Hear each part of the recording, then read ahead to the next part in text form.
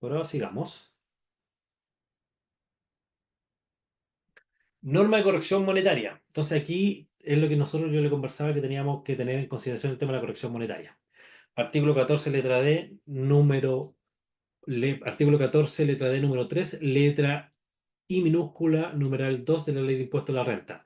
Tratándose de enajenación o rescate de inversiones en capitales mobiliarios o en participaciones que se refiere a la letra C del número uno de la letra D o en general en bienes que no puedan depreciarse conforme a esta ley, el egreso respectivo correspondiente al valor de la inversión efectivamente realizado se deducirá en el ejercicio en el que se perciba el valor de rescate o enajenación, reajustado de acuerdo con la variación del índice de precio al consumidor en el periodo comprendido entre el mes en que antecede al de la inversión y el mes anterior al de su enajenación o rescate según corresponda. Entonces aquí lo que me está diciendo a grosso modo es, ok, yo debo aplicar corrección monetaria. ¿Cuándo voy a aplicar corrección monetaria? Voy a aplicar corrección monetaria en los ingresos del artículo 20 número uno y número 2. Explotación de bienes raíces y capital inmobiliaria. Si yo vendo un terreno, voy a aplicar corrección monetaria para reajustar el costo de ese terreno. Lo mismo pasa con los capitales mobiliarios. Si yo tengo un capital mobiliario que lo tengo en mi cartera de inversiones hace mucho tiempo y lo estoy vendiendo, lo voy a enajenar, también debo aplicar corrección monetaria. La participación en contratos de asociación cuenta en participación, la posesión y tenencia de derechos sociales, acciones cuenta fondo de inversión y los activos no sujetos a depreciación, los terrenos y las obras de arte. Por tanto, en todas estas instancias yo deberé aplicar corrección monetaria al momento de su enajenación.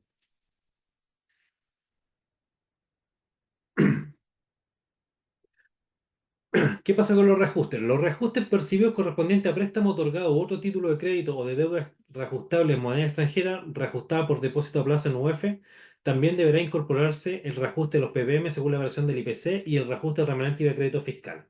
¿Dónde encontramos esta información? Que no está en la ley. Ojo que esto no está establecido en la ley, sino que está en la circular 62 del 2020. Y recordemos, antes que me lo pregunte, pero si está en la circular, ¿por qué y no en la ley? Recuerde que el director de Servicio de Impuesto Interno está facultado para interpretar la ley y dentro de su interpretación estableció que la corrección monetaria del PPM y el remanente y los reajustes percibidos de unidad de fomento o moneda extranjera deben formar parte de la base imponible. Y también deberá incluirse el ingreso diferido que se encuentra pendiente de reconocer correspondiente a las empresas sujetas a las disposiciones de la letra A y B del artículo 14 vigente el 31 de diciembre del 2019 que se incorpora al régimen de la letra del artículo 14 ter, actualmente derogado. Al respecto, se debe considerar también lo señalado en el apartado 3, para los efectos de su imputación, el ingreso diferido se reajustará de acuerdo al porcentaje de variación del índice de precio al consumidor en el periodo comprendido en el mes anterior al año en que proceda el término de incorporación del régimen y el mes anterior al término del ejercicio que se impute. Por tanto, recordemos que el ingreso diferido, como lo comenté hace un par de slides atrás, también yo lo debo incorporar a la base imponible debidamente reajustado. Doña Janet, dígame, Hay que ir el remanente. ¿Cómo llevo el reajuste del remanente del IVA? Porque yo he hecho del PPM, pero no del remanente del IVA. cuando usted tiene IVA crédito fiscal, si ¿Mm? el crédito fiscal es mayor al débito, se genera remanente de crédito. ¿Mm? Ese remanente de crédito al mes siguiente, en el formulario 29, se declara debidamente actualizado de acuerdo a la variación que ha tenido la unidad tributaria mensual, la UTM. Sí, Por tanto, ahí se genera una corrección monetaria. La ¿ya? diferencia del remanente que terminó en el código 77 de febrero del 2025 va a ser diferente al remanente que yo estoy declarando en el código 504 de marzo del 2025. Esa diferencia es corrección monetaria Pero ahora tengo que hacer de todo el año. de todo el año. Usted cuando Mm. contabiliza el IVA va reconociendo las diferencias para ir cuadrándose con el formulario. Por tanto, ahí usted Claro. va reconociendo la corrección monetaria y ahí tiene la corrección monetaria.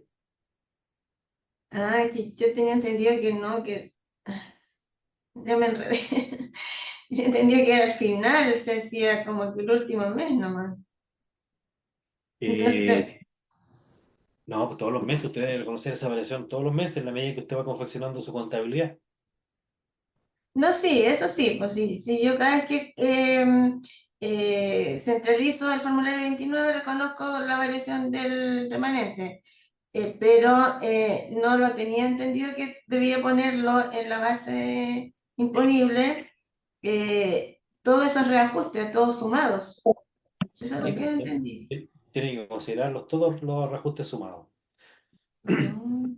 Todos los reajustes del año que haya estado en base a corrección monetaria. Aunque me haya consumido el remanente dentro del año. Aunque hubiese consumido el remanente dentro del año.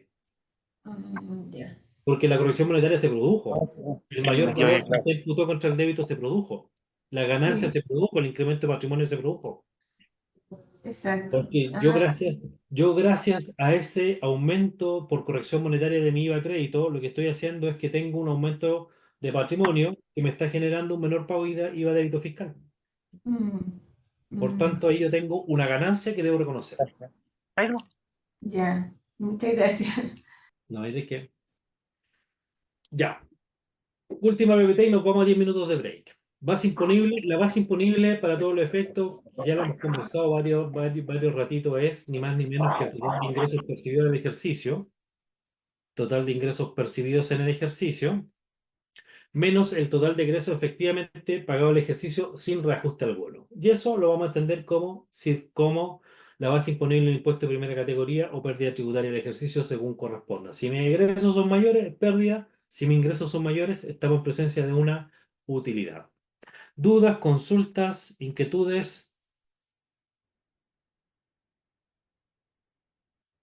Eso para complementar la slide anterior. El resultado en caso de ser positivo estará afecto al impuesto de primera categoría con tasa de dicho tributo vigente en el año comercial respectivo, de acuerdo a la disposición del artículo 20. Recordemos que para el comercial 2024 es de un 12,5, tratándose de una pyme organizada como empresa individual. Cuando la base imponible no exceda de una UTA, se encuentra exenta del impuesto de primera categoría en virtud del número 6 del artículo 40.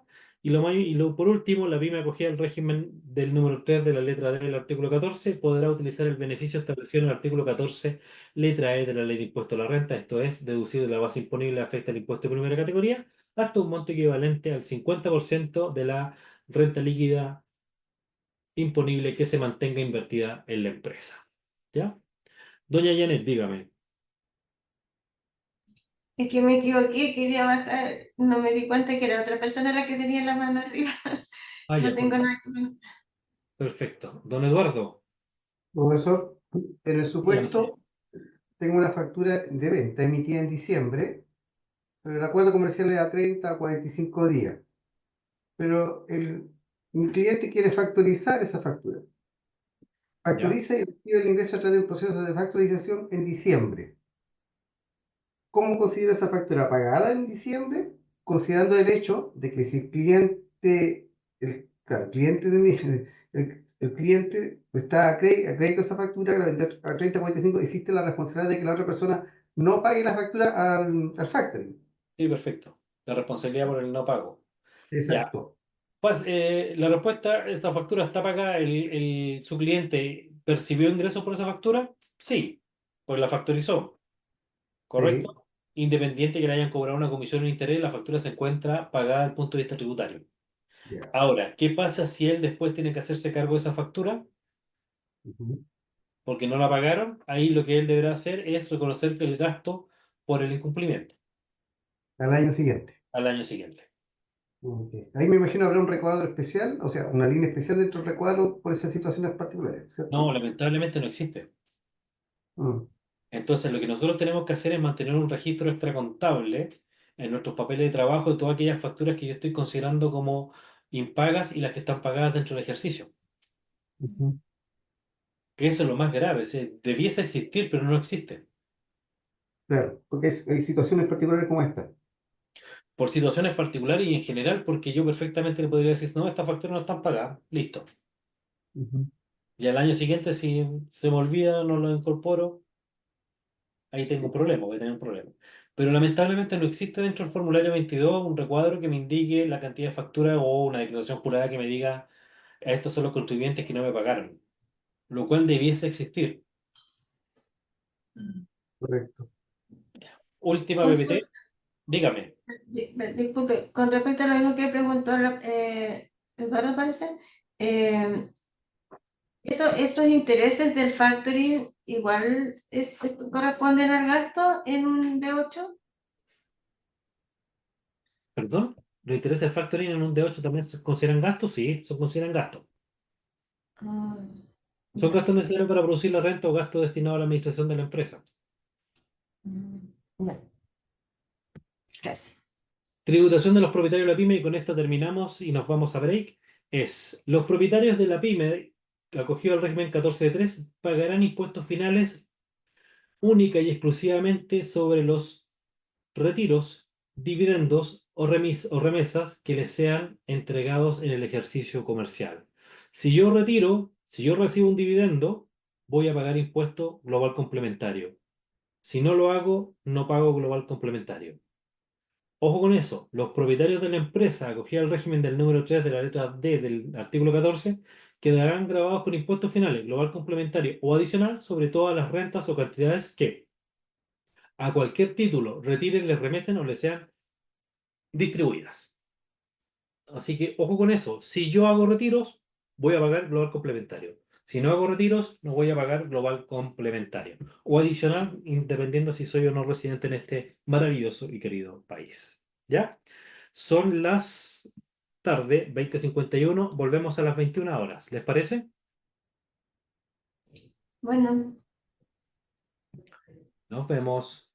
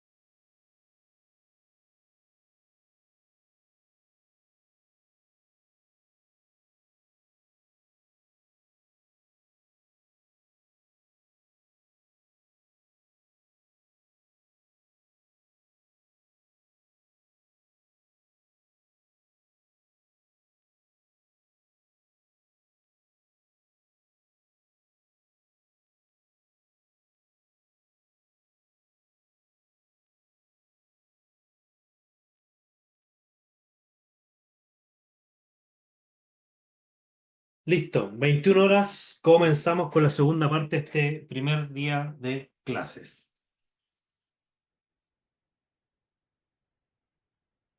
¿Están ahí?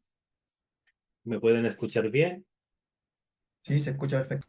Sí, se Muchas escucha bien. gracias. Ya, sigamos. Capital propio tributario simplificado. Esto yo creo que ha sido un aporte bastante de nuestro legislador, de nuestros legisladores, capital propio tributario simplificado, porque como su nombre lo dice, vino a simplificar bastante el trabajo. Recordemos que la forma tradicional del capital propio tributario es activos a valor tributario menos pasivos a valor tributario, y bajo lo cual, bajo esa premisa, para aquellos contribuyentes que determinan su contabilidad en base a normas internacionales, bajo las normas internacionales, debíamos llevar o debemos llevar a cabo una serie de ajustes para lograr ese valor de activos a valor tributario menos todos mis pasivos a igual forma. Entonces, ¿qué es lo que dijo el legislador? Hagamos un poquito más fácil la vida a estos pobres contadores y a este grupo de contribuyentes del 14D3 y D8, creémosle un método de determinar su capital propio tributario simplificado. Ahora, lo que no sabe el legislador, que los que trabajamos años en esto, en el tema de impuestos, el capital propio tributario simplificado es prácticamente la cuadratura patrimonial que nosotros hacíamos o hacemos para determinar si nuestro capital propio tributario, determinado de acuerdo al artículo 41 de la Ley de Impuesto a la Renta, estaba bien o no determinado. Entonces, no es nada nuevo este capital propio tributario simplificado, sino que más bien es algo que los que trabajamos en la ley tributaria, desde que comenzamos a trabajar, nos enseñaron a hacer esta maravillosa cuadratura patrimonial. Entonces, ¿qué es lo que me dice el 14D3, letra I de la ley de impuesto a la renta? Reglas especiales para determinar un capital propio tributario simplificado. Para todos los efectos, la forma de determinación del capital propio tributario el 1 de enero de cada año de una pyme acogida al régimen ProPyme se realizará determinando la diferencia entre el valor del capital formalizado mediante las disposiciones legales aplicables al tipo de empresa, más las bases imponibles del impuesto de primera categoría, determinado cada año, según corresponda, más las rentas percibidas con motivo en participaciones en otra empresa. En otras palabras, me está diciendo capital más la renta líquida imponible más los dividendos percibidos, menos el valor de las disminuciones de capital, de las pérdidas, si es que hubiesen o se hubiese determinado la pérdida, de las partidas del inciso segundo del artículo 21 pagado y de los retiros y distribuciones efectuados por los propietarios de cada año. Es decir, menos las disminuciones de capital. Así de simple. Lo anterior se puede ver reflejado en el gráfico que está en su pantalla y que dice valor del capital aportado formalizado. Y esto es sumamente importante tener en consideración. El capital debe estar efectivamente pagado. Necesariamente el capital debe estar efectivamente pagado, menos o más, dependiendo de qué cosa, si tengo utilidad o pérdida en el ejercicio, de las bases imponibles del impuesto de primera categoría, más las rentas percibidas con motivo de participación en otra empresa a valor histórico, independiente de la naturaleza tributaria de esas rentas. Esto es, ya sea se trata de renta afecta a impuestos finales, exenta ingresos no renta o ingresos no constitutivos de renta o renta con tributación cumplida, menos el valor de las disminuciones de capital formalizadas mediante las disposiciones legales aplicables a la empresa, menos las partidas de gastos rechazados al artículo 21 del artículo 21 inciso primero, no afecta al 40% y del inciso segundo, y menos los retiros y distribuciones efectuados a los propietarios de cada año. Y con eso voy a obtener un capital propio tributario simplificado. Usted va a poder ver después en el ejercicio que la verdad es bastante fácil de determinar este capital propio tributario simplificado. Ahora, lo que también tenemos que tener en consideración que el Servicio de Impuesto Interno, mediante la resolución exenta 15 del año del 15 de febrero del 2021, estableció que entregaría una propuesta de capital propio tributario simplificado a los contribuyentes, para que el contribuyente única y exclusivamente pusiera un clic aprobando o modificando esta propuesta de capital propio tributario simplificado. Doña Janet, dígame.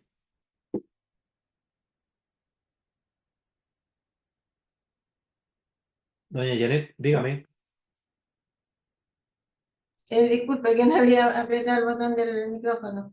Cuando el capital, por ejemplo, no se ha enterado y se normaliza por una escritura pública que ese capital no se va a enterar, ¿ese no sería una disminución de capital?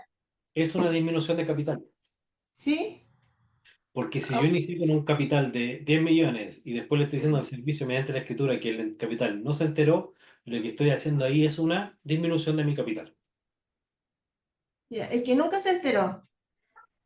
Desde el principio del inicio de actividades se dijo, por ejemplo, ya 50 enterados y 50 por enterar.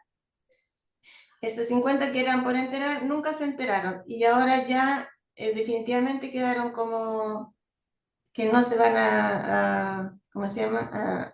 A cancelar, por decirlo No de se van a alguna manera. enterar. Una disminución de capital. Ah, Usted, igual es una disminución, ya. sí, porque usted contablemente reconoció un activo por Ah, la, claro. por la cuenta por cobrar. En realidad es una cuenta patrimonial con tratamiento activo. O una cuenta patrimonial con tratamiento activo reconoció que usted tenía por cobrar un capital que se encuentra en el pasivo, en la columna del pasivo, ¿no es cierto? Entonces usted dijo, caja 5 millones, cuenta particular socio uno, cuenta particular socio 2 por 2.500.000, 2.500.000, contra capital por 10 millones. Mm, ¿Correcto? sí. Eso es lo que contablemente usted debió haber hecho. Por tanto, en la práctica lo que está haciendo es una disminución de capital. Mm, Ahora, el problema está en que si yo determiné mi renta afecta a impuestos en base a ese capital de 10 millones, porque el capital que usted debió haber utilizado para determinar la renta afecta a impuestos no es el capital total, sino que el capital efectivamente pagado. sí, En sí. consecuencia, si usted determinó la renta afecta a impuestos considerando el capital de 10 millones, ahí estamos con un problema. Mm. Sí, bueno, esa parte no la hago yo, pero tenía la duda si era una disminución de capital o no. Ya. Así es una Lo voy a disminución de capital. revisar entonces, ya, muchas gracias. No hay de qué.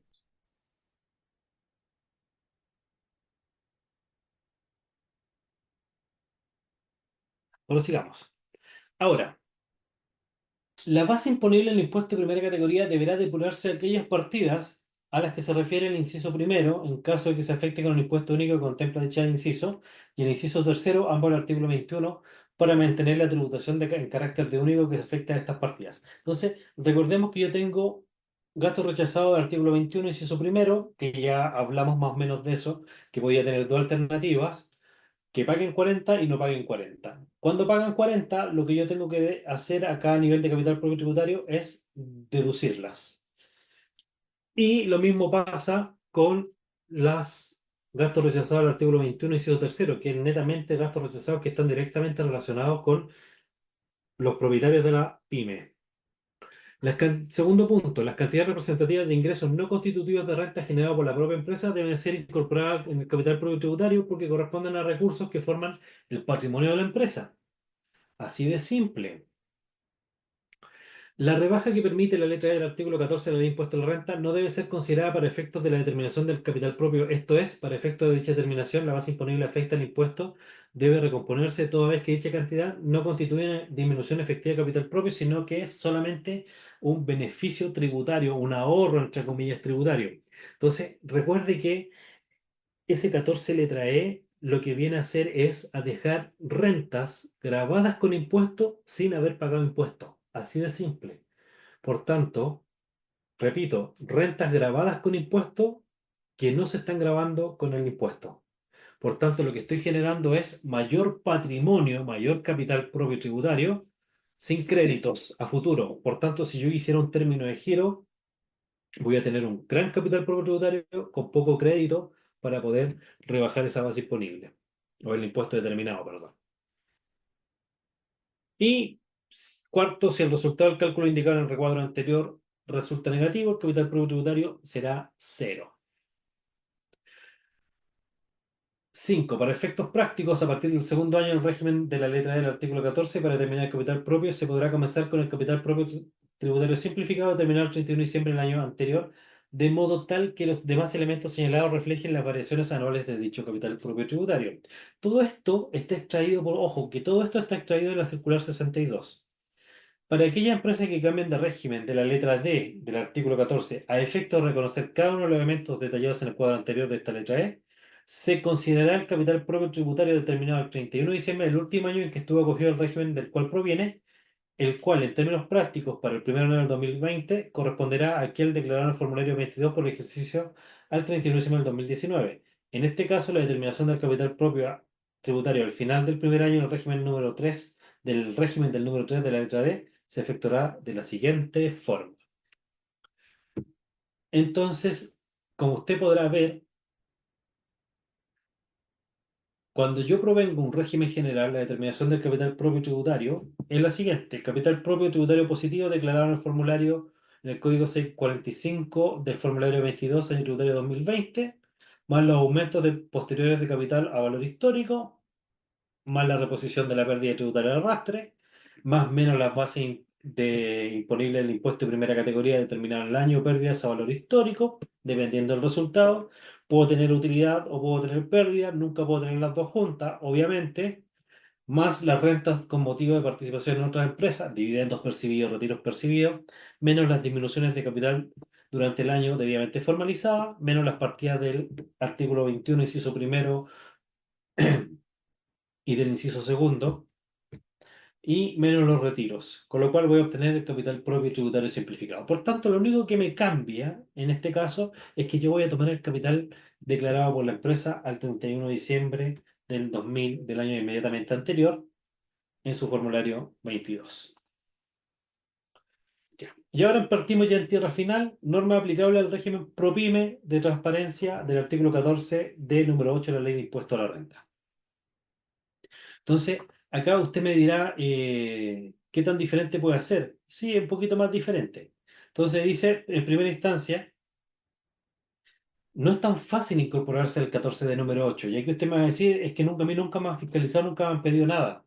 Pero recuerde que en algún momento el servicio se lo podrá pedir porque está facultado, sin importar el tiempo. Entonces, dice, los empresarios individuales y las empresas individuales de responsabilidad limitada deberán presentar al servicio una declaración suscrita por la PYME mediante la aplicación web para tal efecto. Si yo me quiero incorporar a este régimen, si soy empresario individual o soy una RLI, basta con que llene el formulario que tiene el Servicio de Impuestos Internos dispuesto en la web. En el caso de las comunidades, para ejercer la opción mediante la presentación de una declaración suscrita por todos los comuneros, quienes deben adoptar por unanimidad dicha decisión. Por tanto, ahí a lo mínimo debo tener una acta, debidamente una acta de la comunidad en la cual se establezca esta decisión debidamente legalizada. La sociedad de personas, sociedad por acciones, ejercerá la opción mediante la presentación de una declaración suscrita por la sociedad acompañada de una escritura pública en que conste el acuerdo unánime de todos los socios accionistas, según corresponda, todos los socios accionistas. Y las sociedades anónimas ejercerán la opción presentando una declaración suscrita por la sociedad acompañada de la escritura pública donde se haya reducido el acta de la Junta Extraordinaria en el que conste el acuerdo de los dos terceras partes de las acciones emitidas con derecho a voto. Por tanto, ojo, probablemente nunca en la vida me van a pedir estas escrituras públicas, pero deberían existir. ¿Por qué? Y usted se preguntará, ¿por qué el servicio me pide esto? Porque recuerde que el régimen PROPYME de transparencia tributaria no paga impuesto de primera categoría. Por tanto, la base imponible, ¿dónde se va? Al global complementario de los socios en forma directa en el ejercicio. Por tanto, lo que se busca es que no llegue un socio o una sociedad de personas a reclamarle el servicio de impuesto interno diciendo que a él nunca le informaron esto, para que no pueda alegar desconocimiento. Así que ojo con eso. Es importante mantener estos documentos, sí es importante porque recordemos que el servicio me puede revisar dentro del plazo de prescripción.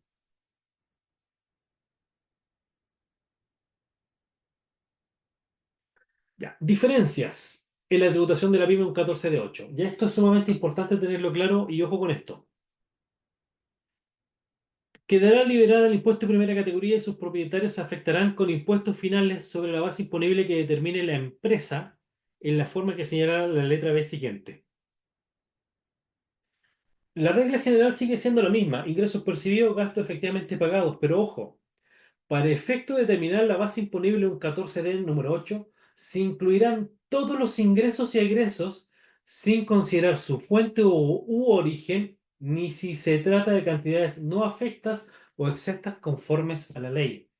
Por tanto, si el contribuyente, contribuyente empresa 14 de 8 percibe un ingreso no renta, ese ingreso no renta va a formar parte de la base imponible.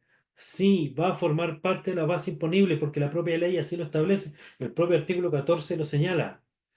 14D número 8, letra A, numeral I de la Ley de Impuesto a la Renta, señala, se incluirán todos los ingresos sin considerar su fuente, nacional o extranjera, su origen, ni si se trata de cantidades no afectas o exentas conforme a la ley.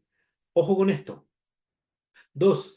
Formarán también parte de los ingresos para efecto de determinar la base imponible las rentas percibidas con motivo de participación en otras entidades sujetas, en otras empresas o entidades sujetas a la letra A o B del artículo 14 o sujetas al régimen del número 3 de la letra D.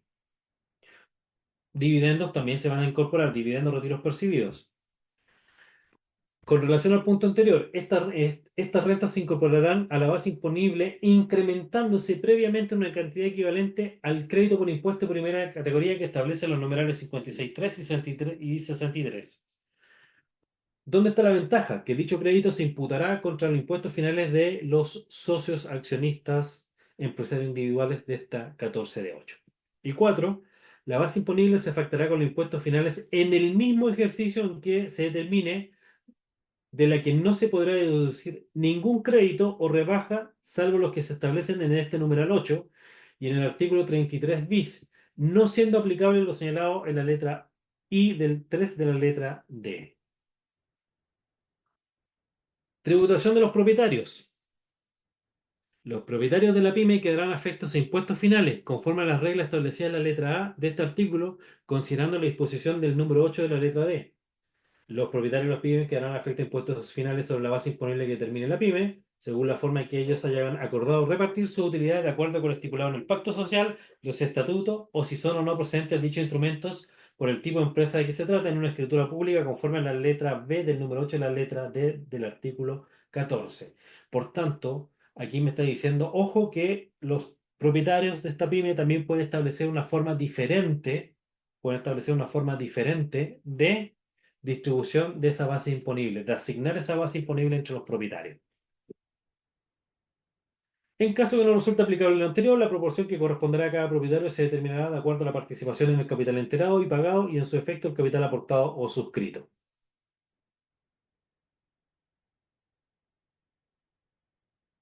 Para el caso de los comuneros que no hayan acordado una forma distinta mediante una escritura pública, la proporción se determinará según su cuota en el bien de que se trate. En la misma forma, es decir, de acuerdo a la participación que yo tengo. Para efecto de lo anterior, se deberá considerar las participaciones que corresponde a cada socio al término del ejercicio, al cual corresponderá la utilidad que se asigna conforme a lo dispuesto en el inciso primero del número 8 de la letra D del artículo 14. Y aquí me voy a detener un poquito porque, ¿qué pasa?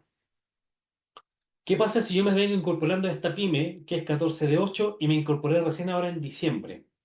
Se fue un socio, me vendió su participación, yo la compré, me incorporé a esta pyme, que es 14 de 8. Quien va a tener que pagar impuestos soy yo. ¿Por qué? Porque yo soy el socio que está presente al término del ejercicio. Por tanto, este socio se llevó todas las regalías, recibió retiros todos los meses, etcétera, etcétera, etcétera. Pero quien va a tener que cumplir con la obligación tributaria es el socio que está partícipe al 31 de diciembre del 2000X. Toda vez que así lo señala la ley, por el solo imperio de la ley.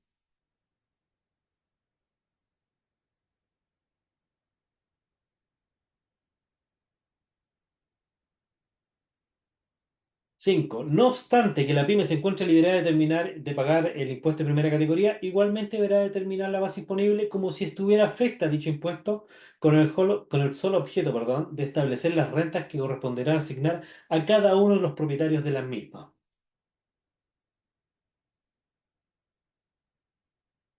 Respecto al orden de imputación o registro de rentas empresariales, como no existen rentas pendientes de tributación, no existe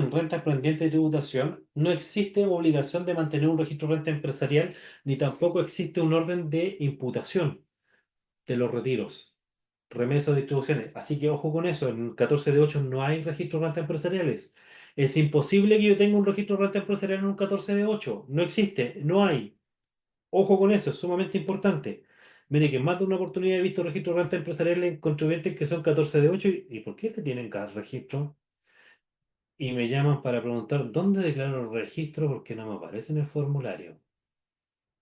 Ya, así que ojo con eso, 14 de 8 es imposible que tenga registro de rentas empresariales, porque no existen rentas pendientes de tributación. ¿Por qué? porque la pyme, los propietarios se afectan en el mismo ejercicio en el cual la pyme determinó la utilidad.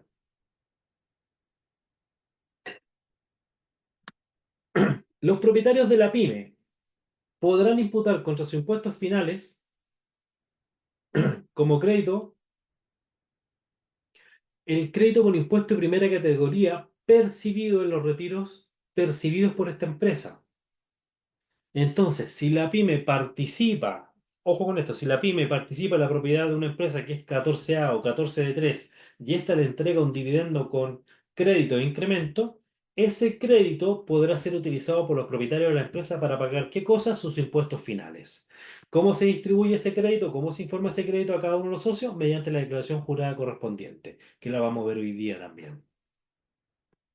Respecto al artículo 21, Circular 62, página 21, relativo a egresos, señala, para los contribuyentes acogidos al régimen de transparencia tributaria del número 8 de la letra D del artículo 14, los gastos que no cumplan los requisitos señalados en el artículo 31, comentados en el apartado 1.5.2, no pueden ser rebajados de los ingresos.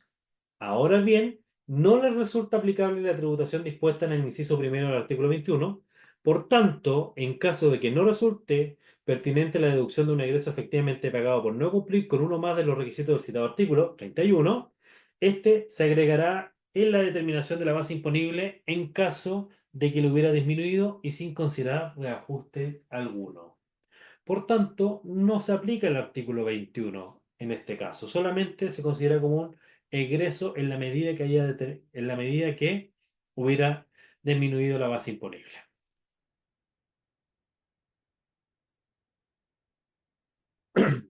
Respecto al capital propio tributario, en la medida que la pyme exceda los 50.000 unidades de fomento, deberá determinar el capital propio tributario. En caso contrario, no está obligado a determinar un capital propio tributario. Súper fácil, simple y sencilla. Y la determinación del capital propio tributario es exactamente la misma que un 14 de 3. Primero deberán depurar la base imponible del crédito por impuesto de primera categoría asociado a las rentas provenientes de la participación en otra empresa sujeta a la letra A del artículo 14 o al régimen del número 3 de la letra D del mismo artículo y sus respectivos incrementos por cuanto dichas cantidades no son representativas de un incremento patrimonial para la empresa. Deberán descontarse aquellas cantidades que correspondan a las partidas señaladas en el inciso 1, 2 y 3 del artículo 21, por cuanto si bien los contribuyentes del número 8 de la letra D del artículo 14 no se afectaron con la tributación del artículo 21, dichos montos no corresponden a rentas o activos que estén disponibles en ellas, sino que son partidas representativas de una disminución de patrimonio. Y por último, y tres, perdón, las pymes cuyos ingresos sean igual o inferiores a 50.000 unidades de fomento no se encuentran obligadas a determinar un capital propio tributario, que es lo mejor. Una acotación. Dígame. Es que en la propuesta que da el servicio para el 14 de 3, perdón, de 8, al final sale como un cálculo de capital propio. Al final de la propuesta de la DJ sale una determinación de capital propio y contra ese capital, mi cliente, por ejemplo, le ha tocado pagar la patente. Y como ella, conforme pasa el tiempo, es muy alto, entonces cada año le sube más la patente. No sé si lo han considerado o lo han visto. A ver, usted me está diciendo que usted tiene un contribuyente que es 14 de 8 y que el servicio le está proponiendo un capital propio tributario simplificado, ¿correcto? Claro, al final de la declaración jurada, de la DJ que da la propuesta del servicio, ahí sale una determinación de capital.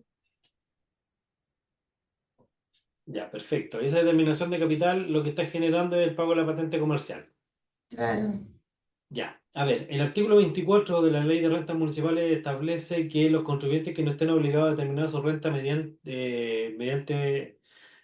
no estén obligados a determinar su renta y determinar un capital propio tributario para ganar una patente equivalente a una UTM. Mm, Debería tener que pagar una patente chica, pero El, el mínimo. como pero como su capital propio es elevado el que sale en el servicio y eso es lo que le transmite la municipalidad, él todos los años me está diciendo que qué hace con esa, qué tanto le toca pagar patente. Y yo ahí no sabía qué responderle en realidad. Ya, lo que pasa es que ahí tienes dos alternativas. La primera alternativa, recuerde que el servicio propone y usted es la que dispone. Es una No, propuesta, es que ahí no hay forma de rechazarlo, pero haga la declaración por fuera. ¿Por qué utiliza el asistente? porque es más práctico. Esa practicidad lo que está haciendo es que usted le está declarando al contribuyente un capital propio tributario que, si bien es cierto, es el capital propio tributario real que mantiene la empresa. Ahora, ¿qué es lo que hace la municipalidad? Obviamente, si me están declarando el capital propio tributario, voy a pagar cobrar el 2,5 o el 5 por mil sobre ese capital propio tributario. Y es que lo que le faculta la ley. Lo que usted tendría que hacer ahí es tratar de eh, reclamar entre la municipalidad, decir que usted es contribuyente el 14 de 8 y que no está obligada a presentar capital propio tributario. Que se lo Sí, vayan a aceptar o no, ya difícilmente lo veo. sí. Ahora bien, entiendo y no estoy seguro de esto lo que le voy a decir, así que no lo tome Sí. como una disposición tal cual. Existe un pronunciamiento de la Contraloría General de la República en la cual señala que los contribuyentes 14 de 8 sí deben declarar su capital propio tributario simplificado, Mm. o sí Entonces, deben pagar, o sí deben pagar la patente en base a un capital propio tributario simplificado. mm, ya, pero entonces lo que yo rescato de lo que usted me dice, que no debería utilizar el asistente y hacer la declaración, la simple nomás. Mire, yo le voy a decir una cosa.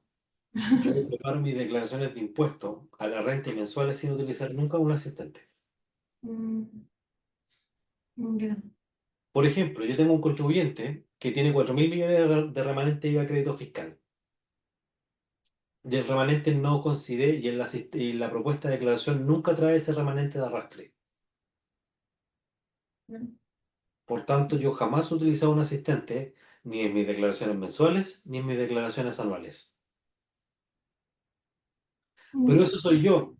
Usted sí, puede hacer lo que usted estime conveniente, si le resulta más fácil, más rápido, más práctico, pero también tiene que considerar que le trae este tipo de problemas. sí, sí. No, está bien, sí, a mí me gusta tener como de todas las opiniones, por eso pregunto. Ya, muchas gracias. No me diga. Ingreso diferido. Contribuyente acogido al régimen de imputación total de créditos a renta atribuida. Entonces, acá, ojo con eso.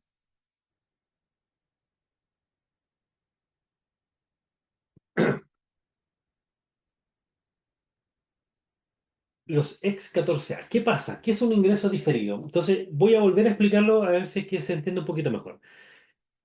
El ingreso diferido va a corresponder a aquella parte de los saldos pendientes de tributación que quedaron al 31 de diciembre del 2019 en el primer caso, saldos pendientes de tributación que quedaron al 31 de diciembre del 2019.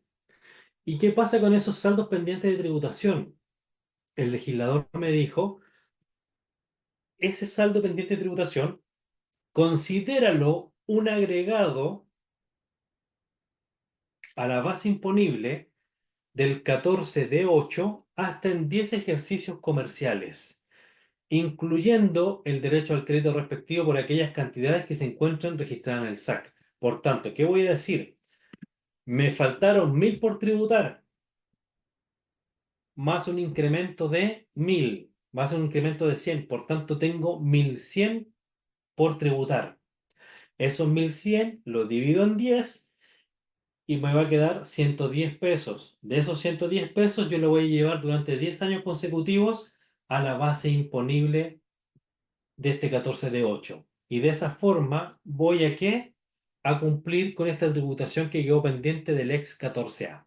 Ahora, ¿es difícil que un ex 14A tenga rentas pendientes? Sí, es difícil, porque recordemos que estábamos en un régimen que se llamaba rentas atribuidas propias, que muy similar al 14 de 8, determinación de una base imponible, se asignaba a cada uno de los socios accionistas y estos pagaban en el mismo ejercicio global complementario. Pero no es imposible, ¿ya? Puede que haya existido alguna diferencia pendiente de tributación. ¿Y cómo se determinaba esa diferencia? Capital propio tributario al 31 de diciembre del 2019 menos el saldo RAP y menos el REIS. La diferencia, estas rentas pendientes de tributación con impuestos finales. Lo mismo pasaba con los contribuyentes del antiguo 14B, régimen general, renta semi-atribuida, vigente el 31 de diciembre del 2019. Acá sí era mucho más factible que yo tuviera saldo. ¿Por qué? Porque funciona tal cual como funciona hoy en día el 14 y el 14.3. Si retiro pago impuestos, si no retiro no pago impuestos. Por tanto, pasa exactamente lo mismo hasta en 10 ejercicios yo puedo determinar o incorporar esas rentas. Con la única gran salvedad que aquí no tengo que hacer ningún cálculo porque son las rentas que están acumuladas en el REI el 31 de diciembre del 2019 debidamente incrementadas por el SAC. Después, ¿qué pasa cuando el traslado desde el régimen de la letra A del artículo 14 o desde el régimen del número 3 de la letra D al régimen de transparencia tributaria del número 8 de la letra D?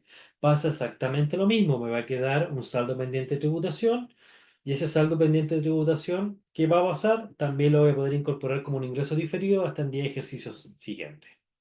Entonces, eso es el famoso ingreso diferido. Son aquellas partidas que quedaron pendientes de tributación, viniendo de un ex 14A, viniendo de un 14B, de un ex 14B vigente ambos hasta el 31 de diciembre del 2019, o contribuyentes del actual 14A y del actual 14B3 que deciden cambiarse al régimen de transparencia tributaria.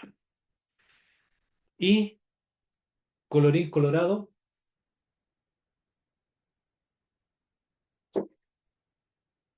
perdón, pensé que habíamos terminado. Me estaba adelantando.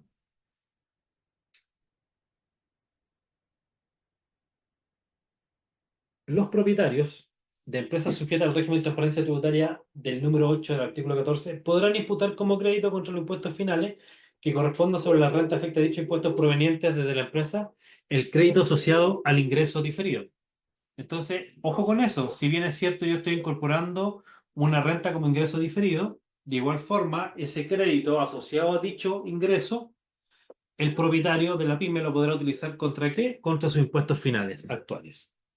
El monto del crédito asociado al ingreso diferido corresponderá al crédito por impuesto de primera categoría establecido en el artículo 56, número 3 y 63, que se mantenga en el SAC, a que se refiere la letra D del número 2 de la letra D del artículo 14, el cual se imputará a los impuestos finales que deban pagar los propietarios luego de que la empresa se incorpore al régimen ProPyme.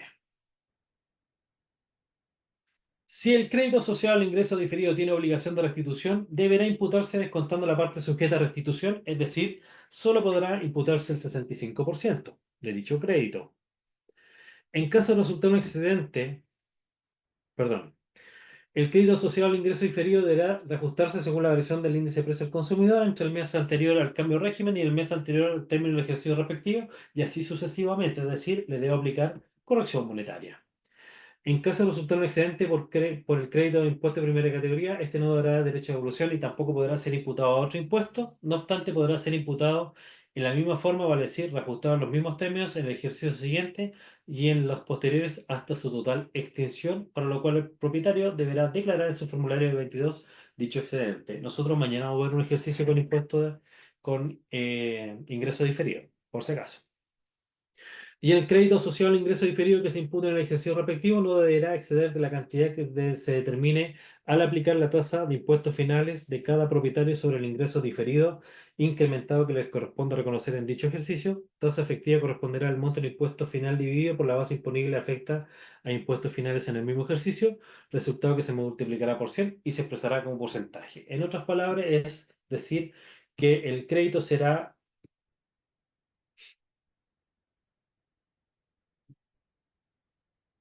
el mismo que se aplique al momento de determinar la tasa por impuesto de primera categoría, ni más ni menos. Listo. Mi presentación ha llegado hasta acá. Doña Amalia, le dejo el control de la situación. Buenísimo.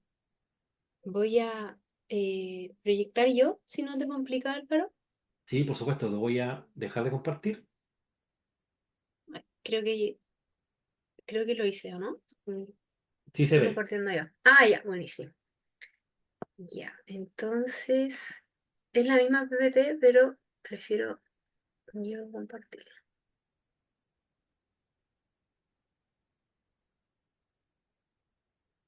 Ahí sí. Ya.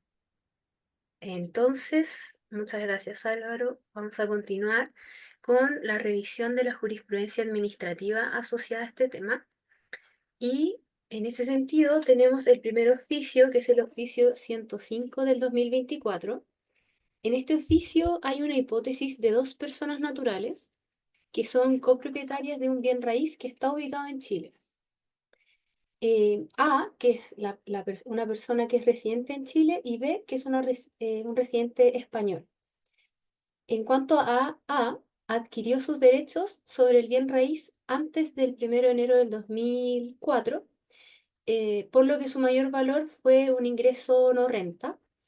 Y la persona B, que era residente en España, como hay un convenio de doble tributación con Chile, que le permite gravar la ganancia por enajenaciones de bienes inmuebles en el país donde se encuentra el bien raíz, permite acceder a el ingreso no renta de 8.000 UF del 17 número 8B, y en ese sentido, como si en este caso no sobrepasa los 8.000 UF, no estará obligado a presentar el F22. Entonces aquí vemos que hay dos ingresos no renta. Uno para el residente en Chile, que adquirió antes del 1 de enero del 2004, y para el residente en España, respecto al ingreso no constituido de renta de las 8.000 UF, que se tiene que utilizar porque efectivamente con España hay un convenio de doble tributación que sí grava las enajenaciones de bienes inmuebles que estén situadas en Chile. Y en ese sentido, si el residente en España no sobrepasa las 8.000 unidades de fomento y no hay otras rentas asociadas a la declaración de renta, no la tendrá que presentar. El segundo oficio es el 109 del 2024, que habla del crédito del artículo 33 bis de la LIR por las compras del activo fijo, y básicamente menciona que para el cálculo del crédito se debe considerar el valor total del contrato, que se debe actualizar al término del ejercicio por IPC, y en ese sentido las cuotas de arrendamiento, perdón, y deberá sumarse en la determinación de la base imponible del impuesto de primera categoría para revertir los egresos por las cuotas de arrendamiento pagadas durante el ejercicio. Ese agregado se debe efectuar en el ejercicio de adquisición, pero también en los ejercicios siguientes cuando corresponda, cuando se complete, digamos, hasta que se complete el monto del crédito del 33 bis de la ley por activo fijo. El tercer oficio es el 214 del 2024 y establece la hipótesis de una fundación que desarrolla una actividad de primera categoría que se debe declarar con renta afecta a dicho impuesto en base a la renta efectiva. Y entonces el servicio dice que se debe observar las normas sobre corrección monetaria. Y también establece que va a ser un gasto relacionado tanto con la actividad sujeta a impuesto de primera categoría como las actividades propias de la fundación, que no necesariamente generan ingresos afecto al impuesto de primera categoría, por ende tiene que ser prorrateado conforme con las normas generales para determinar la parte que va a corresponder a rebajar en la determinación de la base imponible del impuesto de primera categoría.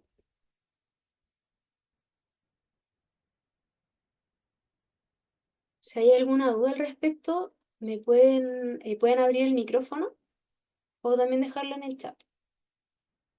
En cuanto al oficio 593 del 2024, el servicio dice que para los contribuyentes de primera categoría, que son receptores de la boleta de honorarios y que efectúen la retención en el F29 del periodo en que digamos, tienen que efectuar la retención en el F29 del periodo en que se realice el pago de la renta al emisor, y no en la fecha de emisión de la boleta de honorarios, porque si no eso puede dar lugar a observaciones. En ese sentido, aquí se menciona que en la DJ 1879 se deberán incluir solo las retenciones efectuadas dentro del periodo que se informa, por lo que si el pago de los honorarios de que se da cuenta una boleta emitida en diciembre del 2023 se paga durante el año 2024, esa retención deberá efectuarse en el año 2024 y informarse la DJ 1879 de la T 2025. También hay otro oficio asociado a esto que lo vamos a revisar al final. También, o lo voy a poner al tiro porque se parece mucho y encuentro que puede servir para ejemplificarlo, que es el oficio 2149. Después seguimos con los anteriores. El oficio 2149 de 2024 menciona que se solicita mediante presentación que se pronuncie el servicio cuando se deben considerar como egresos para efectos de determinar la base imponible de contribuyentes del PROPYME, las imposiciones y retenciones de honorarios que corresponden al mes de diciembre de cada año y que son pagadas en enero del año siguiente. Entonces el servicio menciona que, al igual que en el oficio anterior, se debe reconocer la retención del impuesto y las cotizaciones previsionales como parte del gasto al momento del pago efectivo de estas, es decir, en el ejemplo que se dio en enero del 2025. O sea, es el mismo criterio que el servicio está comentando en relación al pago efectivo de las boletas de honorarios. Ahora seguimos con las anteriores.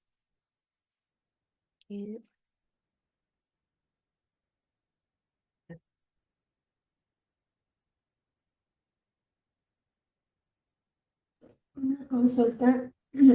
Cuéntame. Con respecto a eso, entonces, ¿podría eventualmente quedar observada una DJ de honorario por el hecho de que si tengo varias boletas no canceladas, no me va a dar el mismo monto que está en el servicio de impuesto interno como el total, digamos, de la retención? Correcto, así es. Doña Janet dio en el clavo, porque efectivamente ahí el Servicio de Impuestos Internos comentó en este oficio, perdóneme, acá, en este oficio que es el 593, que la autoridad tributaria advierte que la emisión de una boleta de honorarios previa al pago de la renta podrá dar lugar a observaciones por parte del servicio en las declaraciones anuales de los emisores de dichas boletas. Y después, claro, ahí va a tener que aclarar con los medios de prueba pertinentes en la instancia de fiscalización. Pero efectivamente, la boleta de honorarios debe emitirse con el pago de la renta y no antes. Gracias. Ya. Y vamos, aquí quedamos creo que en esto. Sí. El oficio 689 del 2024 menciona que los arriendos pagados por anticipado pueden rebajarse de la base imponible del impuesto de primera categoría en el ejercicio en que se pagan. Aquí sigue la misma lógica el Servicio de Impuestos Internos en relación al pago efectivo. Entonces, precisa que el crédito por impuesto de primera categoría a asignar a las partidas señaladas en el inciso segundo del artículo 21 de la LIR deben ser rebajados del saldo de los créditos sin obligación de restitución y que, dependiendo de la naturaleza de dicha partida, deberá imputarse a dichos créditos con o sin derecho a devolución. Entonces, aquí los arriendos pagados por anticipo siguen el mismo criterio, que pueden rebajarse en el ejercicio en que se pagan. Disculpa, otra Doña consulta con respecto a la boleta, pero si yo Ujú. pago, por ejemplo, y no me hacen nunca la boleta de honorario, Si no le hacen nunca la boleta de honorarios, claro, ¿qué pasa con ese pago? Porque, bueno, anterior el don Álvaro decía que si no era un relacionado, por ejemplo, el que le hizo la pintura, por decirlo algo, o que me hizo el trabajo no es relacionado con la empresa, yo lo ¿ya? puedo considerar como un gasto, pero así también lo debería tratar. Claro, o sea, usted me dice que en el fondo la persona no le emitió la boleta de honorarios después de que usted pagó. Claro. Porque Ya, en la realidad siempre se da que me emiten la boleta y yo después pago. O sea, eso es como lo que se hace normalmente. claro. Pero no es que yo le pague y después me hagan la boleta, como dice ahí lo que está en la letra. Mm, claro, en el oficio.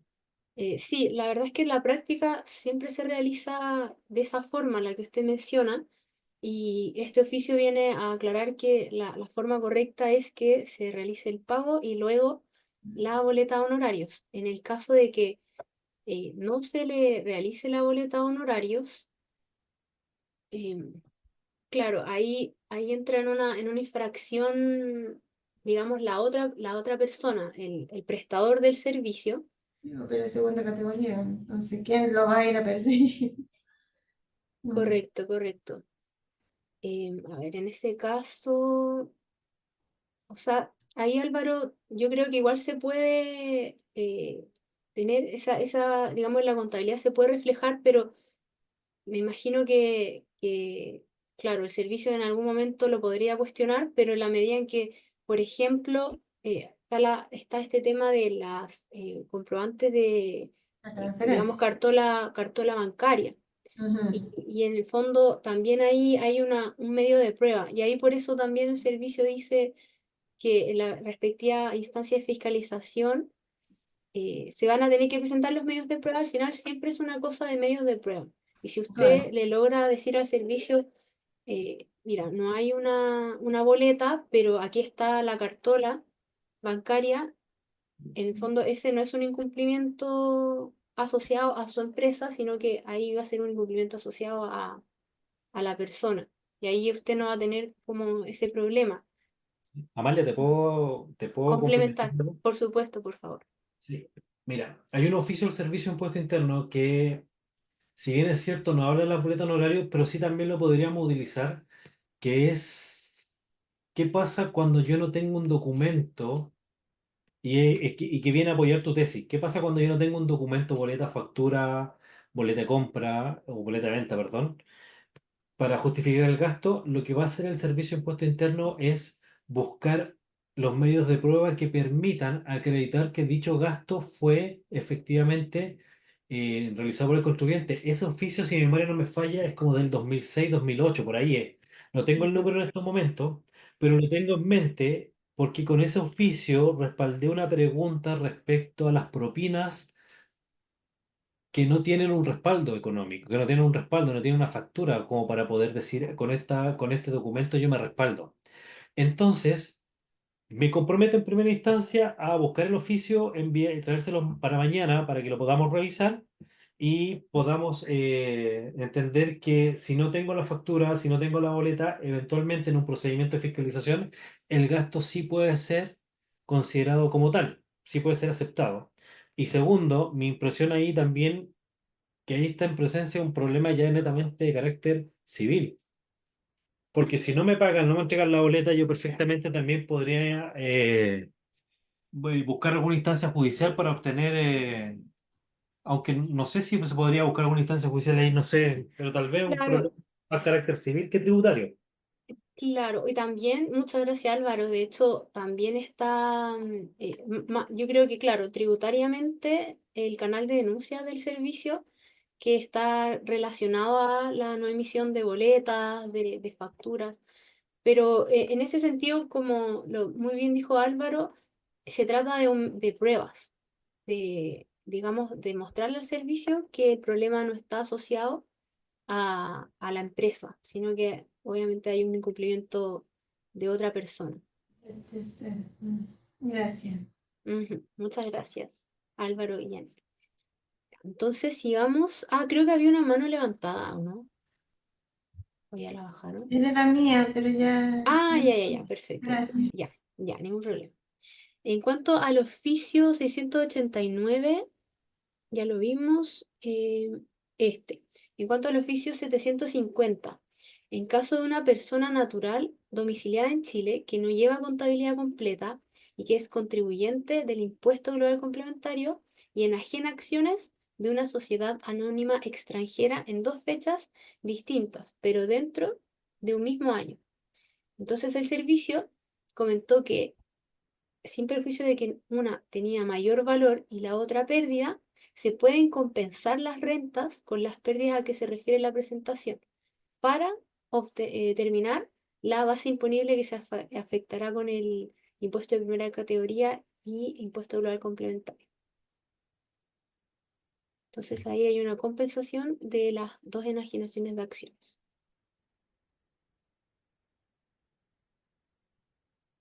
Si les queda alguna duda, me comentan, por favor. Y tenemos el oficio 803 del 2024, que menciona que la autoridad, bueno, la autoridad tributaria señala que en el régimen ProPyme la determinación de la base imponible se basa en un flujo de caja, como lo habíamos visto con Álvaro, y la oportunidad de reconocer como ingreso el pago con cargo a una tarjeta de crédito con o sin interés por la venta de los productos será al momento de percibir sucesivamente cada una de las cuotas por parte del emisor u operador, porque desde ese momento ingresa materialmente al patrimonio del contribuyente. Entonces, todos los oficios, si podemos revisarlos, el ingreso material al patrimonio del contribuyente del dinero es esencial. Siempre está mencionando que es el pago efectivo, es decir, que en este régimen ProPyme es esencial el ingreso material al patrimonio del contribuyente en muchas situaciones. Esos son los pronunciamientos, este es el que vimos anteriormente en relación a las retenciones de honorarios, que también sigue el mismo criterio. Y, a ver, me queda uno más, creo, ¿no? Ah, sí. ¿Tienen alguna consulta? Creo que en el chat ya se respondieron todas, si no me equivoco. De nuevo yo, Doña Janet, Janet, cuente. em, es que este oficio, el que usted pone como número 7, es como lo contrario que estábamos diciendo anteriormente, ¿o no? ¿O me equivoco? Porque dice que Claro. esto es cuando uno compra con tarjeta de crédito. O sea, claro, la ProPyme, que en este caso va a ser la empresa que le pagan con tarjeta de crédito. Cuando vendo.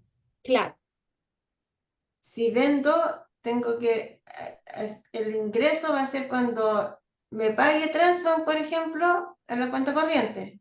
correcto, así es. ¿Y cómo Eso llevo es, ese ingreso si son miles de transacciones? Oh.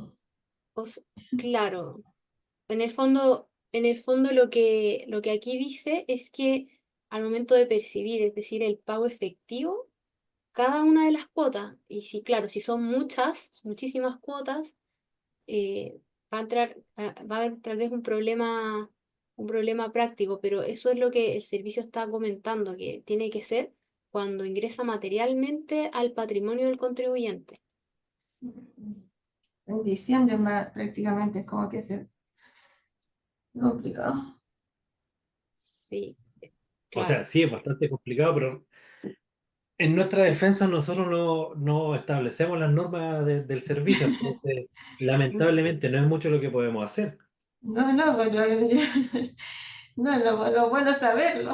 Es bueno saberlo porque, claro, ahí de repente, como estrategia comercial, no aceptar tantas cuotas, sino que en la medida en que digamos, su comercio lo pueda soportar y tener en cuenta que se va a reconocer ese ingreso cuando se pague cada una de las cuotas. Exacto. Y ahora, ojo que con esto, que esto está hablando respecto a las cuotas, a las compras cuando son en cuota, el oficio que revisamos primero del año 2021 y que entre paréntesis el servicio también puede modificar el criterio. Hay que tenerlo sumamente claro que puede pasar que en unos 2 años el servicio modifique ese criterio, pero en el anterior el servicio me decía en el momento en que yo debía considerar el ingreso. Y acá me está hablando qué pasa si yo pago en cuota. Entonces probablemente hay un contribuyente que dijo, ok, está bien, entiendo este proceder, pero ¿qué pasa si a mí me pagan en cuota y no solamente al contado? Y es por eso el pronunciamiento. Entonces, recordemos que el tema de oficio va mutando, pues el servicio puede ir cambiando su criterio constantemente. dependiendo también de la postura y de la presentación que hizo el contribuyente. Claro. Y yo creo que aquí Amalia concordará conmigo, sí, y yo creo que todos ustedes te van a concordar conmigo, sí, es bastante complejo el tema estar analizando si pagaron todas las cuotas o no, pero para eso es la contabilidad. Por eso es necesario que yo mantenga un registro, me mantenga registros contables, porque de lo contrario voy a hacer pagar al contribuyente impuestos sobre algo que no ha percibido todavía. En fin, Gracias. Correcto. Álvaro, vi que dejaste el oficio sí, 2002 encontré el de... oficio. Perfecto. Buenísimo ahí, doña Janet, para que lo tenga, está en el chat. Dice, con todo, la no presentación de boletas de ventas y servicios o facturas para respaldar los gastos en que ha incurrido un contribuyente no es suficiente para considerar dichos gastos como no acreditados si al mismo tiempo existen otros antecedentes que dan cuenta de la efectividad del gasto, precisando lo anterior, y respecto de la acreditación, este servicio ha resuelto que, conforme al artículo 21 del Código Tributario, para los efectos del inciso primero del artículo 31 de la LIR, los gastos podrán acreditarse y justificarse mediante todos los medios de prueba legales, en tanto resulten fehacientes. Ese es como un principio general del derecho en realidad, eh, porque cuando uno está, ya sea judicialmente o administrativamente alegando algo, todo se reduce a los medios de prueba, que el Servicio de Impuestos Internos también entiende que hay, digamos, casos en los que no se produce como él tal cual quisiera, como, digamos, la ley también quisiera, sino que hay casos como más de laboratorio o excepciones, y los jueces, los funcionarios del servicio, fiscalizadores, tienen ese conocimiento y en el fondo todo al final se reduce a medios de prueba en la vida del derecho. Se reduce a qué tan respaldado tenemos todas nuestras operaciones, y ahí también lo que comentaba Álvaro, muy importante, la contabilidad, digamos, todas las cartolas bancarias centralizadas, que esté todo, digamos, ordenadito, y en ese sentido no va a haber ningún problema, doña Janet. Sí, muchas gracias. Don Richard Echeverría. Hola, buenas noches. Sí, me nace una duda igual con lo que acabamos de ver. ¿Ya? ¿Me escucha? Sí, Sí, sí, porque ¿qué perfecto. pasaría si una empresa genera una estrategia para supuestamente declarar eh, un servicio el cual no se ofreció y si se transfirió a una persona X con el objetivo de reducir utilidades? O sea, una empresa recibe una transferencia de dinero No, asociada a su... No, una empresa ya, supuestamente declara un servicio que esta persona recibió, por ejemplo, pintar la oficina, ya, ¿ya? ya. Pero la otra persona X no emitió un documento tributario ya que fue todo planificado. Pero yo sí tengo la transferencia como empresa para acreditar que sí le transferí ese monto de dinero a X persona. O sea, en el fondo, para que a la persona que está prestando el servicio no le aparezca eso, no le aparezca ese monto en su global complementario, digamos, para que esa persona no pague impuestos. ¿Esa Para sería que la la empresa, estrategia? para que la empresa en sí pague menos impuestos. Porque yo voy a tener el comprobante de que transferí ese dinero como empresa a la persona que me prestó los servicios. La persona, es que yo no veo problema en ese sentido. ¿Por qué estaría pagando menos impuestos? Ah, porque la persona no le prestó el servicio. Claro, solo O fue una sea, estrategia para reducir solo impuestos. fue una estrategia. Ya, entiendo. Claro, sí, al final igual son medios de prueba. Es decir, claro, de repente las facultades de fiscalización del servicio, no sé si van a poder ser digamos, detallistas, pero como son aleatorias, uno nunca sabe si le puede llegar a uno también esa fiscalización. Y en el fondo, ¿cómo el servicio podría comprobar que no hay un servicio prestado? Si usted me comenta que no se emitió una boleta de honorarios, pero sí se pagó, sí se pagó. O sea, igual... mm, a ver, hubo un egreso de parte de la sociedad, hubo un egreso y Claro, en ese sentido se pagó un servicio, se pagó el sí, servicio. No lo veo tan elusivo, o sea, solo veo la infracción. No sé, Álvaro, si ahí tú logras ver algo más que la infracción de que no se emitió la boleta de Es que honorarios. yo veo exactamente lo mismo porque la empresa estaría trabajando a la base imponible. ¿Qué es lo que eventualmente podría suceder? Que a futuro el servicio de impuesto interno, 1, 2, 3 años más, dentro del plazo de prescripción, perdón, para ser un poco más técnico, te pueda citar al contribuyente por la renta percibida y que en la cual no se generó el ingreso correspondiente, perdón, el ok. documento correspondiente. Probablemente por ahí podría ir un poco este tema. Sí, porque, por ejemplo, yo puedo decir, ya mi empresa tiene X monto de utilidad, conozco a X personas que me está diciendo si utiliza mi root para emitir, para presentarlo como que te presté un servicio de remodelación y así bajar los impuestos y nunca, y yo cuando me pregunten o me consulten, dar a conocer que sí le transferí el dinero a esta persona me devolvió el dinero a mí y así pude Ah, ahí evadir el pago de estaba. impuestos. Ah, ahí está la parte elusiva. Esa Claro, era la parte, ya, entiendo, O sea, claramente estamos en un proceso, en un entiendo. O sea, acto más acto que es elusivo, pero cla- la idea es que no es que nosotros no fomentemos ese tipo de acciones y de actos. sí, no, el tema no es fomentar, es que como cuando uno trabaja con emprendedores, ellos mm. tienen muchas ideas que uno no se imagina que pueden aparecer en el camino, pero a uno lo van mencionando este tipo de malas prácticas y uno igual les menciona de que no pueden hacer esas Claro, claro. estrategias y cuál sería el castigo monetario por si es que lo llegasen a fiscalizar. Bueno, de partida el servicio se sanciona con la no emisión del documento. 9710 si no me equivoco, ¿vale? Sí, me parece que sí, te lo confirmo enseguida. El servicio sanciona con la no emisión del documento. Entonces, ahí ya tenemos la primera sanción y que sería en este caso única y exclusivamente para el contribuyente de segunda categoría. Hasta el momento, por lo que veo, la empresa estaría saliendo liberada de cualquier tipo de responsabilidad porque supongamos que en un procedimiento de fiscalización logre acreditar el gasto a través de la transferencia. Ahora, me imagino que la transferencia no se la hicieron de vuelta a la empresa, sino que se la pasaron por, entre comillas, sobre negro al socio accionista. ¿Ok? Sí, Hasta ese punto, la empresa estaría quedando, entre comillas, liberada de cualquier tipo de responsabilidad. Pero la persona natural que no emitió la boleta correspondiente, de partida podría haberse afectado por la sanción de la no emisión del documento. De haber sido la Correcto. palabra de doña María. 9710, sí, así es. Ahí lo estoy poniendo en el chat. Entonces, el 9710 ya me sanciona la no emisión del documento. Y posterior a eso, en un procedimiento de fiscalización, que no digamos que pueda suceder, porque también tenemos que tener en consideración que la capacidad fiscalizadora del servicio no es la óptima tampoco. Puede que que esta operación nunca se fiscalice, pero también existe la posibilidad de que dentro del plazo de prescripción sí suceda.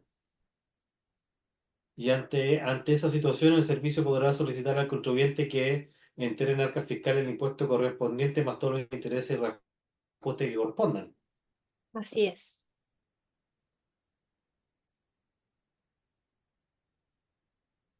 ¿Está de acuerdo o no, don Richard?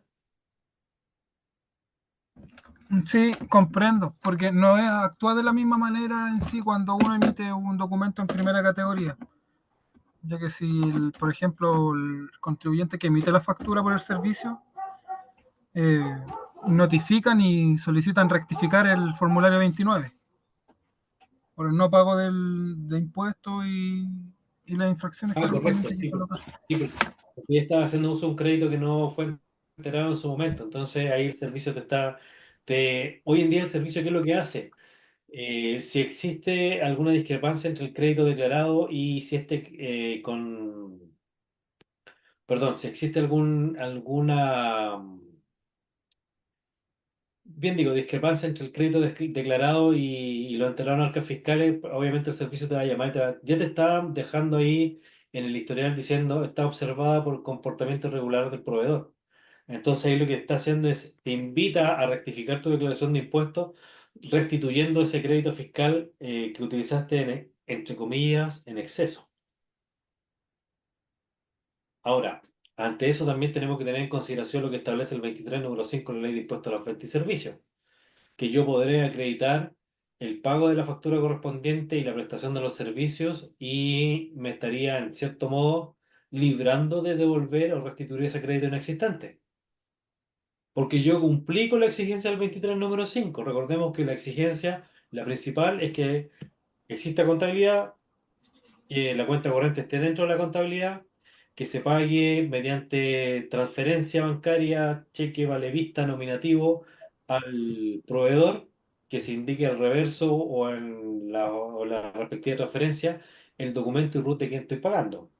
Entonces, en la medida que yo logre acreditar eso, el servicio tampoco me podría cuestionar el uso del crédito fiscal.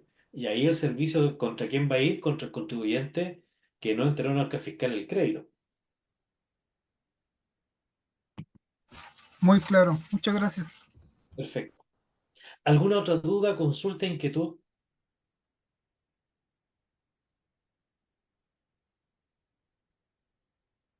Siguiente. Perfecto. En el curso las declaraciones juradas o eso hubo algún otro curso? A ver, las declaraciones juradas, por ejemplo, nosotros vamos a hacer en este módulo 1, 4 ejercicios prácticos y cada ejercicio práctico va con las declaraciones juradas Así es. correspondientes al régimen. Ya. ¿Ya? Ahora, eh, por respeto al tiempo de ustedes también, ya son las 10 de la noche, por tanto, el ejercicio que teníamos propuesto para el día de hoy lo vamos a hacer mañana. En consecuencia, los 4 ejercicios se estarían revisando el día de mañana. Y créanme que los vamos a ver los 4 ejercicios. Recuerden que son 7 clases, estamos en la primera, hoy día vimos la teoría del 14 de 3, revisamos un poco de jurisprudencia también con Amalia, tratamos de dar respuesta a todas sus consultas. Si hay alguna consulta que se nos quedó en el tintero, por favor háganosla saber para poder responderla mañana a primera hora, a la primera hora que nos conectemos, la respondemos. Si tienen alguna duda durante el transcurso de hoy a mañana, la pueden ir dejando también en el grupo de WhatsApp que se creó para este curso. Y mañana el compromiso es desarrollar los 4 ejercicios que tenemos preparados, 2.14 de 8 y 2.14 de 3, uno con cambio de régimen para que vamos viendo lo que pasa en perdón, para que puedan estar mejor preparados para su operación renta.